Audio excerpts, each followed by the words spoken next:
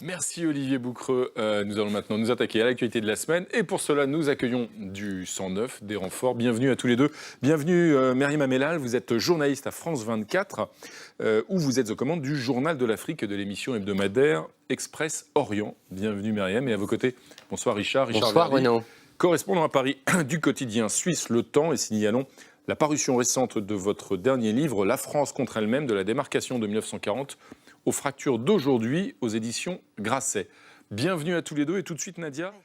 Myriam Amellal, est-ce qu'il y a un certain nombre de signalements, parfois, effectivement, qui arrivent dans ces services de l'État, notamment du côté des services de renseignement? Est-ce qu'on peut imaginer soit des dysfonctionnements, soit simplement qu'ils aient été aussi peut-être submergés et donc en incapacité d'identifier précisément la menace à temps? Ça fait partie des arguments qu'ils avancent quand on dit qu'il y avait des fichiers S, que l'auteur était fiché S.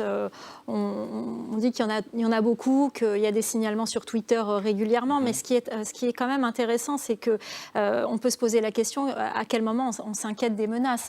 On reçoit énormément de menaces sur les réseaux sociaux. Enfin, même nous-mêmes les journalistes, parfois on est victime de menaces par courrier, sur les réseaux sociaux, mais à quel moment on a eu droit à une protection policière? À quel moment la menace est-elle suffisamment importante? Et c'est pour ça que ce procès pourrait être, si procès il y a, pourrait être intéressant, parce que justement on pourrait essayer de comprendre comment fonctionner justement pour protéger, à quel moment s'inquiéter des menaces et de prendre une décision dans ce sens.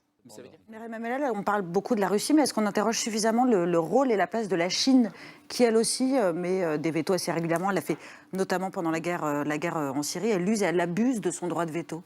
Oui, je pense qu'à la rigueur, il faudrait supprimer le droit de veto pour toutes les parties et peut-être que ça réglerait la question. Est-ce que c'est possible, ça, techniquement? Ça semble compliqué. Ça semble compliqué. Sauf que oui, c'est ça, un État pourrait mettre son droit de veto pour empêcher la suppression du droit de veto.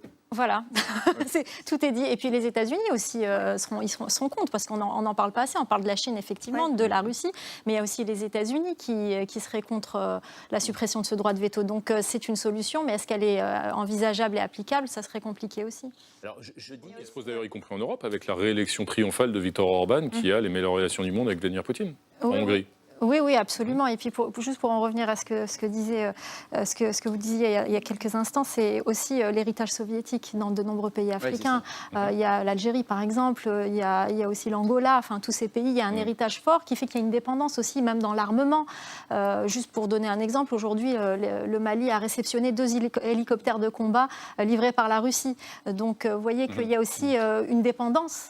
Pas que des relations, mais il y a aussi une dépendance entre ces pays. Notamment sur les matières premières. Notamment sur les matières premières, exactement, pour l'Égypte et l'Algérie, par exemple. En Efrénie, comment vous voyez aujourd'hui cette Myriam Amellal, est-ce qu'on peut déjà dire, il y a une enquête, il va y avoir évidemment des enquêtes pour les crimes de guerre, des actes de crimes de guerre, est-ce qu'on peut déjà dire que le dénominateur commun, c'est la Russie et les méthodes de la Russie sur le terrain? Oui, absolument. C'est un véritable dénominateur commun, mais il y a quand même des différences entre les deux. On n'a pas d'image du Mali, on sait très peu de choses. On se base sur des témoignages. C'est Human Rights Watch qui a recueilli. Cette semaine, d'ailleurs, ça s'est passé, à la fin mars. Et il y a eu d'autres événements qu'avait révélé d'ailleurs Human Rights Watch.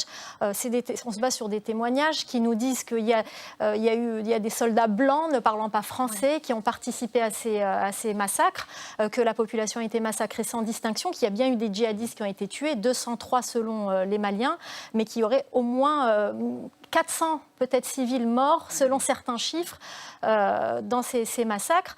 Donc il y a ce dénominateur commun, mais j'ai envie de dire, il n'y a pas de surprise. Ce sont les méthodes russes et même, je dirais, soviétiques. Je me souviens qu'on me disait, quand j'étais plus jeune, quand il y a une prise d'otages en Union soviétique, on tue d'abord les otages et on s'occupe ensuite des ravisseurs. C'est une méthode aussi. Ça fait partie c'est dans l'ADN militaire d'une stratégie. Voilà. Il y a une méconnaissance du terrain aussi au Mali, parce qu'on a des témoignages qui nous disent qu'on tire sur des gens parce qu'ils portent des turbans. C'est la même méthode qui est à l'œuvre aujourd'hui, c'est la même stratégie qui est à l'œuvre en Ukraine, dans un certain nombre de villes où on a vu que des civils étaient très clairement visés, torturés, violés, des femmes violées et beaucoup de civils exécutés. Oui, c'est absolument c'est tout à fait la même méthode qui est utilisée au Mali, même si on n'a pas d'image. Il y a eu aussi des témoignages de la sorte, mais il y a aussi eu des histoires semblables en Syrie ou en Tchétchénie. Si le Mali est à ce point arrimé à la Russie sur le plan militaire, est-ce qu'il faut sanctionner le Mali, notamment des diplomates maliens, comme on l'a fait cette semaine avec des Russes?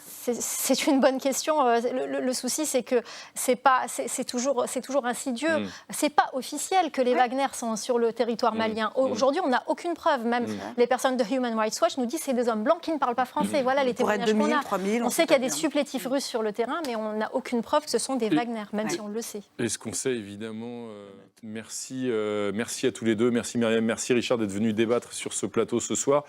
René Frény, vous restez avec nous. Vous allez voir.